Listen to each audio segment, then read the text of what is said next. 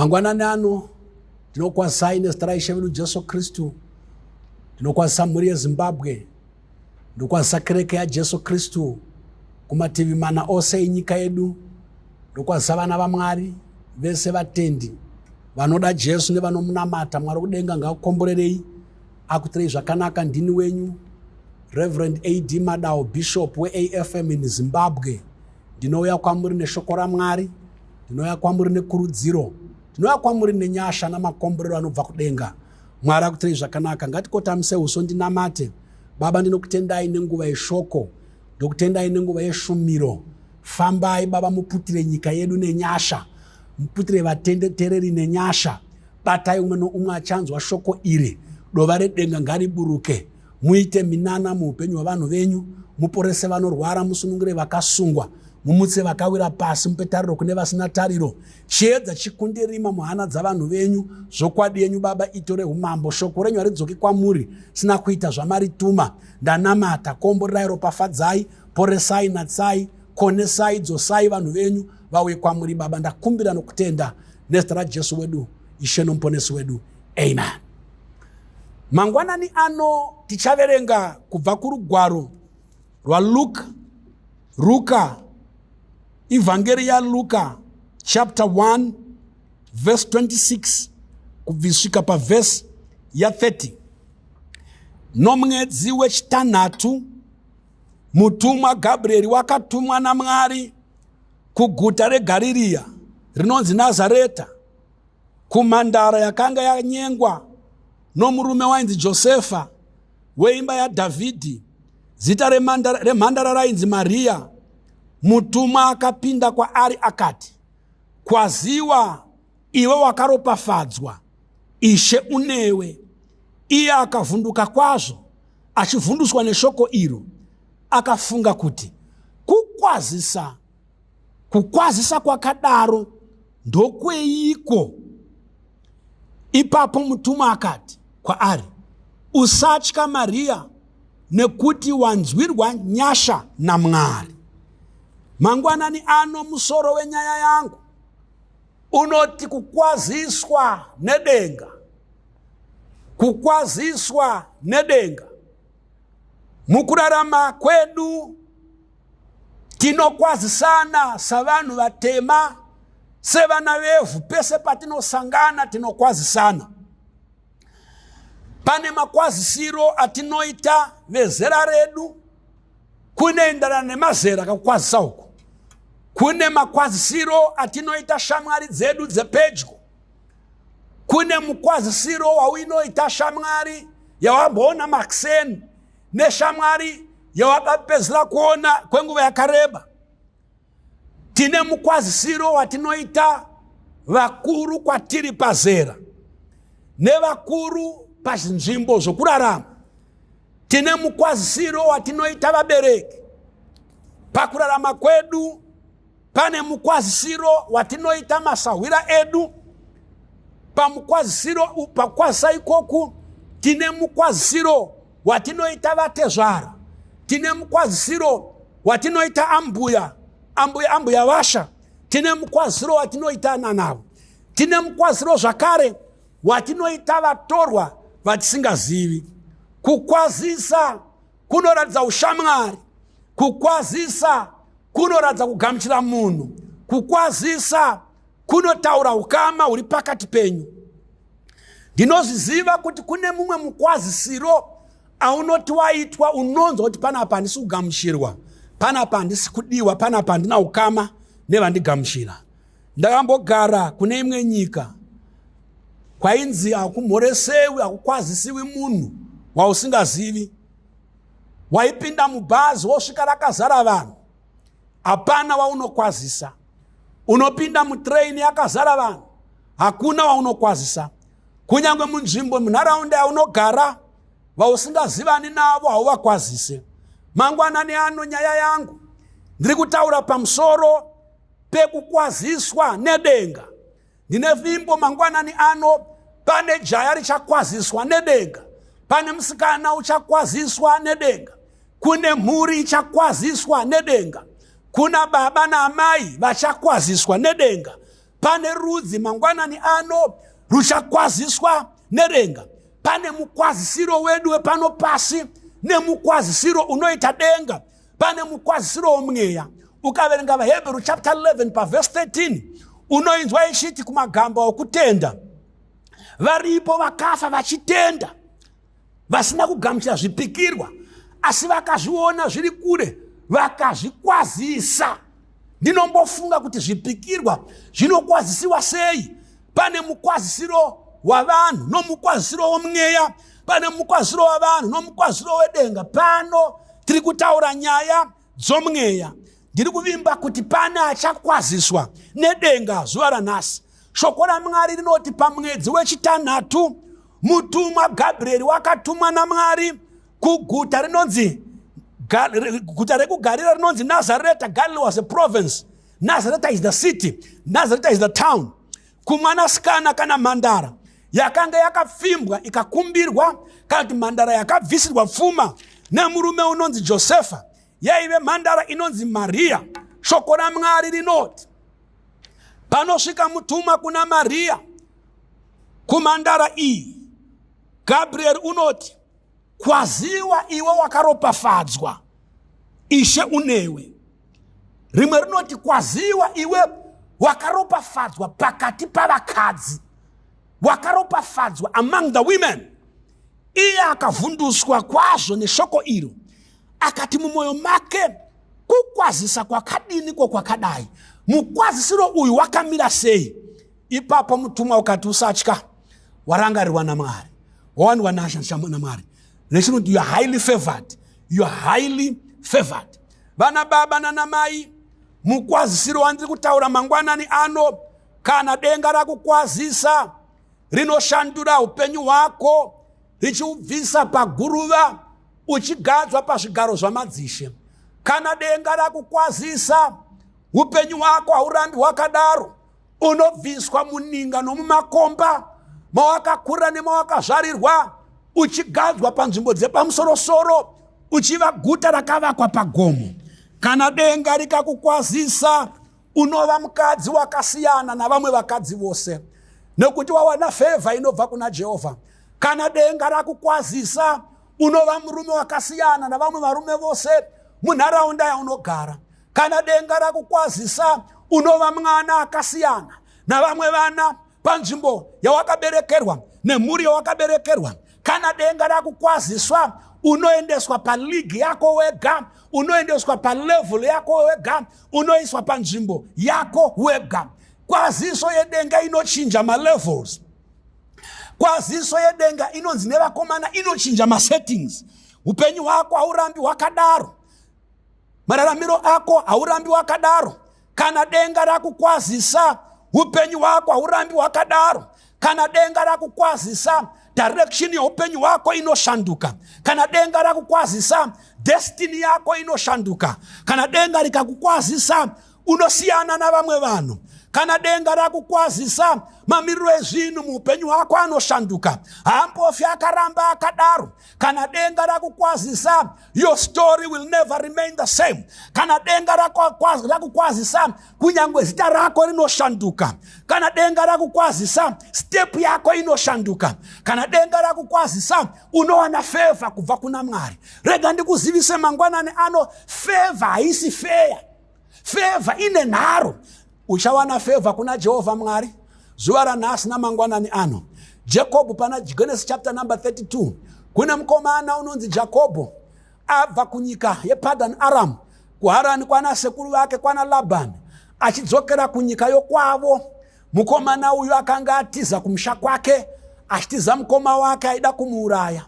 Shoko raMwari rinoti yakasvika nguva yekuti mutumwa wakati kwaari, dzokera kunyika yokwenyu, dzokera kuimba yababa vako, dzokera kuBethel kuya kwawakaita sungano neni. Shoko raMwari rinoti ari munzira akanzwa runyerekupe, akanzwa shoko rekuti mukoma wako uya wawakatiza achida kukuuraya uri kuuya uri kufamba navarume 400 vakasunga vakatakura zvombo.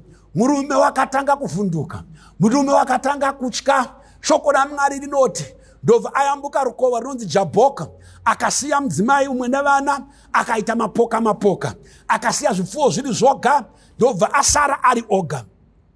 Shoko raMwari rinoti asara ari oga. Shoko raMwari rinoti asara oga. Toda kuti upabate ipapo paunenge wasara oga, paunenge uri oga, paunenge wazviasoleta, paunenge wazvitsaura uri oga. Kazhinji zhinji ndidzo nguva dzaunokwaziswa nedenga. Denga harikukwazisi uri pakati pevazhinji kashoma, kuti denga rikukwazise uri pakati pemhomho. Jacob ava oga. Jacob azvisepareta kumadzimai ake, azvisepareta kufuma yake, azvisepareta kuvana, asara ari oga. Ndo paanokwazisa nedenga. Bhaibheri rinoti kwakauya murume, ndobva aita mutsimba naye, ikava kikirikikiri. Uyu murume ari pamusoro, Jacob pasi. Jacob pamusoro, murume pasi. Usiku hwose kikirikikiri. Murume uyu wabatana na Jacob.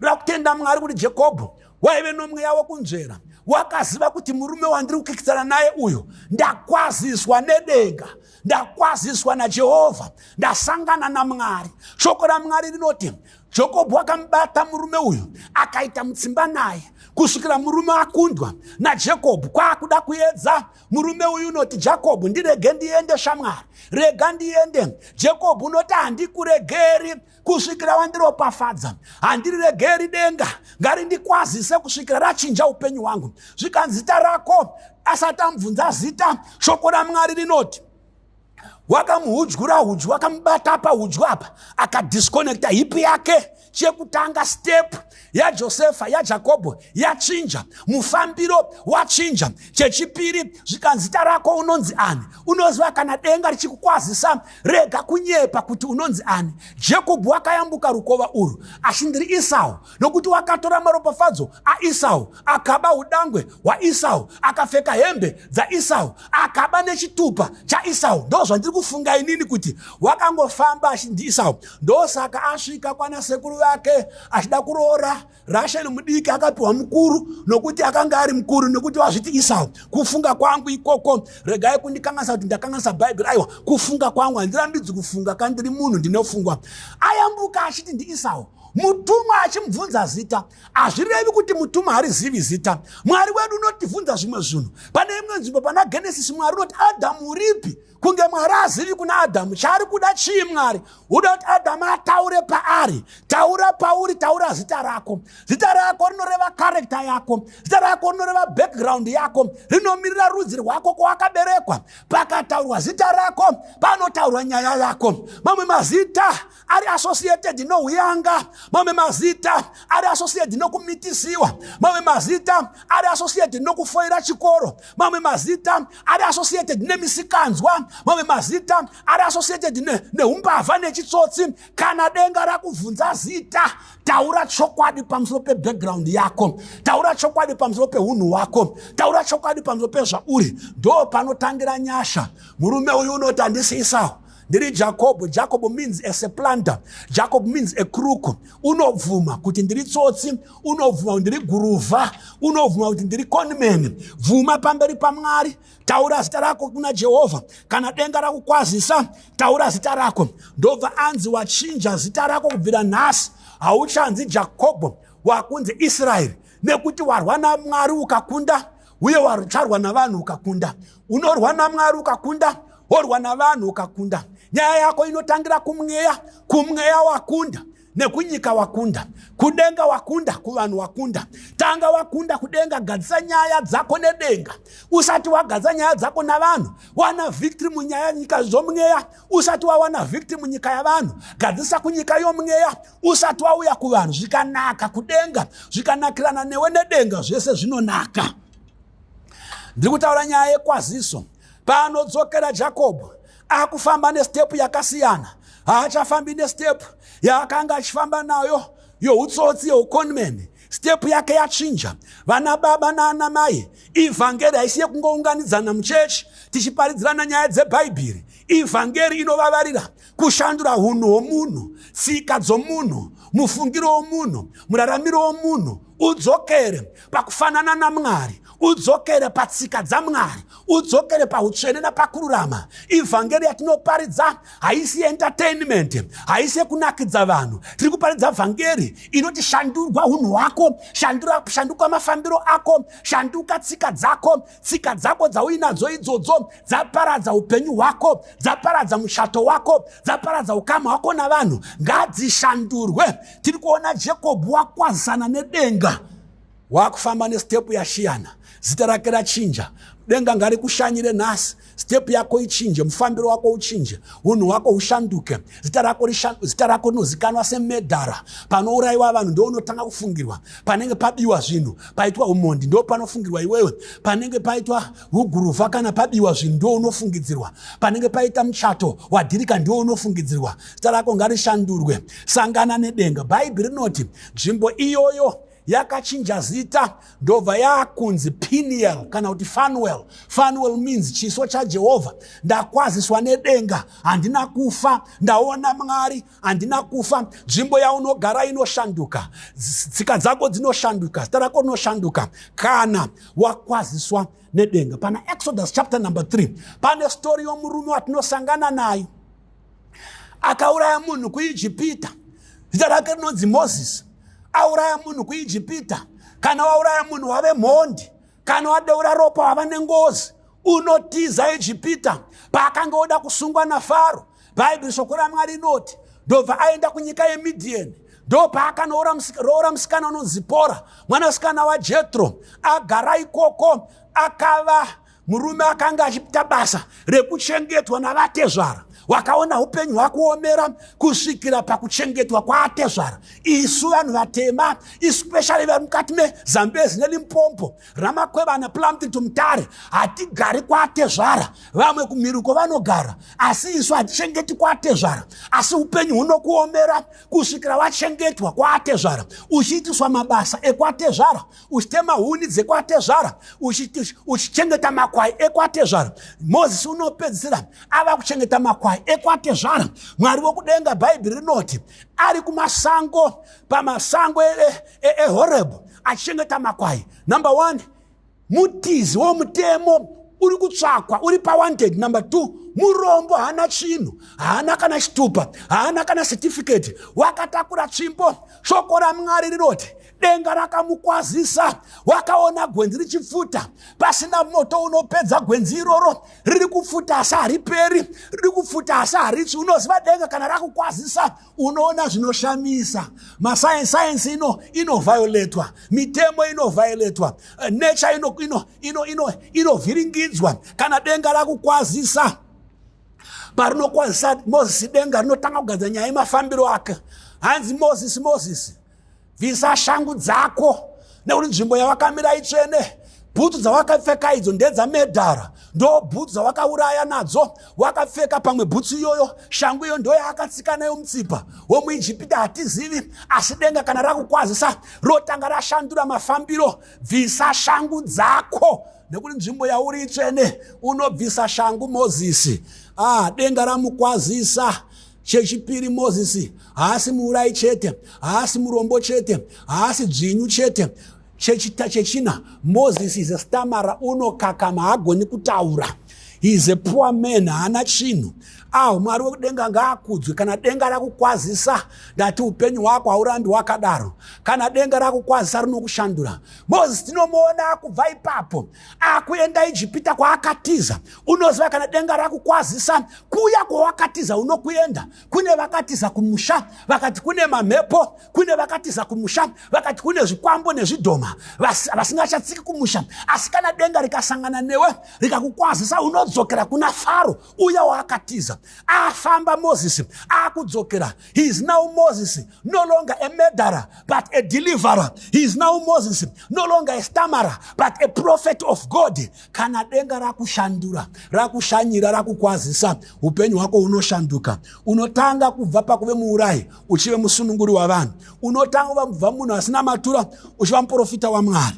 Ndine munhu here mangwanani anhasi, denga ngarikwazise umwe munhu. Mangwanani ano denga ngarikwazise jaya, denga ngarikwazise medhara. Kunyange uri mhondi, denga ngarikukwazise kunyangwe uri pfambi vanhu vasingadi kukuona, denga ngarikukwazise. Kune mukadzi kuna John chapter number 5 wakanga ari pfambi aiuya kuzoteka mvura masikati nekuti akanga asingadi kuteka mvura pamwe chete navamwe. Wakasangana naJesu, Jesu akamukwazisa akati, mhai ndipeiwo mvura yekunwa. Shoko raMwari rinoti akati, iwe unondikumbira sei mvura? Iwe uri muJudha, ndiri muSamaria. VaSamaria navaJudha havadyidzane. Mukadzi asi kuziva kuti wakwaziswa nedenga. Unofanira kuti wakwaziswa nemunhu nje akajarana navanhu, an ordinary person. Nyamba wakwaziswa nedenga. Zvikanzi naJesu, ndine mvura. Dai waiziva kuti ndine ani, dai waiziva nyasha dzaMwari, dai waiziva chipo chaMwari, ndiwe waikumbira mvura kwandiri. Mvura iyo yaunondipa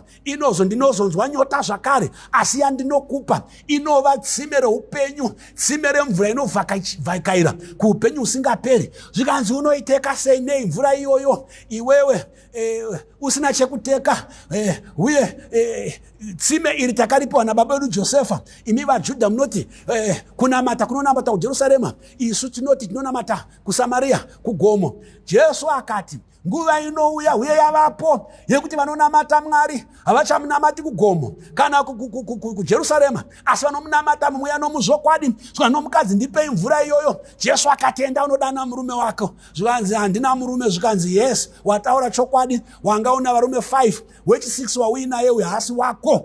Mukadzi akandaona muprofita. Shoko raMwari rinoti wakasiya mvura akapinda mugomo ashandurwa, akapinda muguta ashandurwa, achiparidza achiti, uyai muone murume wandiudza zvose pamusoro poupenyu hwangu. Rega ndikuudze denga rikakukwazisa, rinogadzira zvose zvoupenyu hwako, rinogadzira zvose zvinokunetsa. Unhu hwako hunoshanduka from being a prostitute to become an evangelist. Hanzi guta rose rakauya rikakotoka rikaponeswa naJesu. Vakati, tazvinzwira tega, tamuona tega Jesu uyu, taponeswa. Vana baba nana mai, kune murume pana Judges chapter number 6 unonzi Gideon. Wakanga ari mhende, wakanga achitya, akahwanda muninga achizvitarisira pasi nekuti vaMidhiani vaivashungurudza vachivatorera zviyo zvavo zvavanenge varima. Mutumwa unosvika unonzi kwaziwai Gidheoni, murume weumhare. Gidheoni unotarisa zinoti paari hapana umhare, paari hapana hope, paari hapana chinhu. Unonzi Gidheoni, simuka nesimba rako nekuti uri murume weumhare, unosunungura Israeri. Vana baba nana mai, kana denga rakukwazisa unoshandurwa kubva murume weutera uchiva murume weumhare, unova murume wesimba. Mwari wokudenga ngaakukwazise, denga ngarikukwazise, vatumwa ngavakukwazise, nyasha ngadzikukwazise, zodzo ngaikukwazise. Luka unoti Gabrieri wakatumwa kuguta reNazareta. Handizivi guta raunogara, handizivi ruwa raunogara. Newe pauri ipapo uri jaya rekune rimwe guta, uri baba vane rimwe guta. Village yaunogara handizivi, town yaunogara handizivi, ofisi yauri handizivi, pamusha pauri handipazivi, asi une nzvimbo yauri. Ishe ngaatumwe vatumwa. Denga rikushanyire mangwanani ano, denga rikukwazise, ngarikwazise vana vako, ngarikwazise mhuri yako, denga ngarikukwazise upenyu hwako ushanduke, denga ngarikukwazise zita rako rishanduke, denga ngarikukwazise mufambiro wako ushanduke, situation yako ishanduke, story yako ishanduke, rwiyo rwenhamo rupere, rwiyo rwokutambudzika rupere, malevels ashanduke, destiny ishanduke.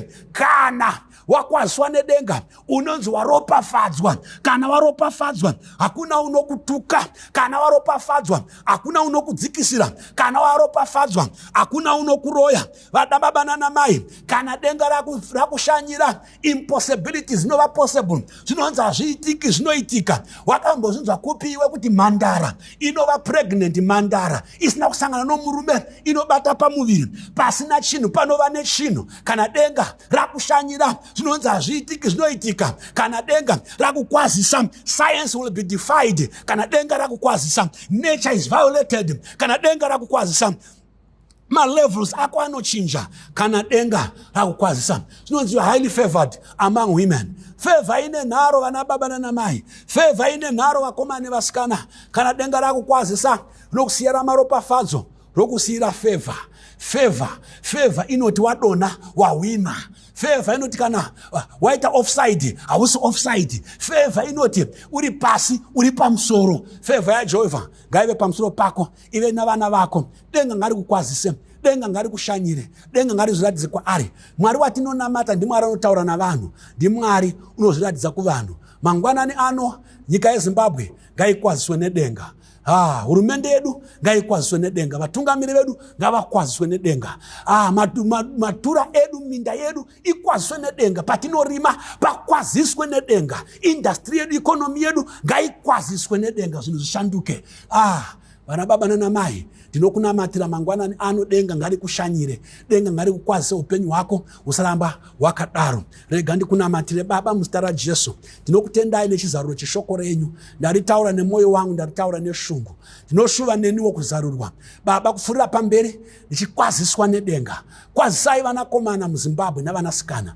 Kwazisai vakuru navadoko. Kwazisai ana baba nana mai. Kwazisai nyika yokwedu. Kwazisai minda yedu Mwari. Kwazisai chose chedu chiwane favor neropafadzo yaMwari. Favor ngaiwire pamusoro pavanhu venyu. Vanzwa shoko iri, varitenda, varigamuchira, vakomborerwa naro, ngavakwaziswe nedenga. SaMoses ngavakwaziswe nedenga. SaMaria vakwaziswe nedenga. SaGideon upenyu hwavo usaramba wakadaro. Ropafadzai nyika yeZimbabwe, ropafadzai chechi muZimbabwe, ropafadzai economy, ropafadzai government, ropafadzai vatungamiri, ropafadzai vana baba nana mai, ropafadzai mhuri, paradzai COVID-19, paradzai zvirwere, paradzai nhamo nokutambudzika. Vanhu venyu vaone kunaka kwaMwari. Poresai vanorwara, sunungurai vakasungwa, shanyirai vanhu venyu muvaradze kunaka kwenyu. Ndakumbira nokutenda muzita raJesu Kristu. Amen.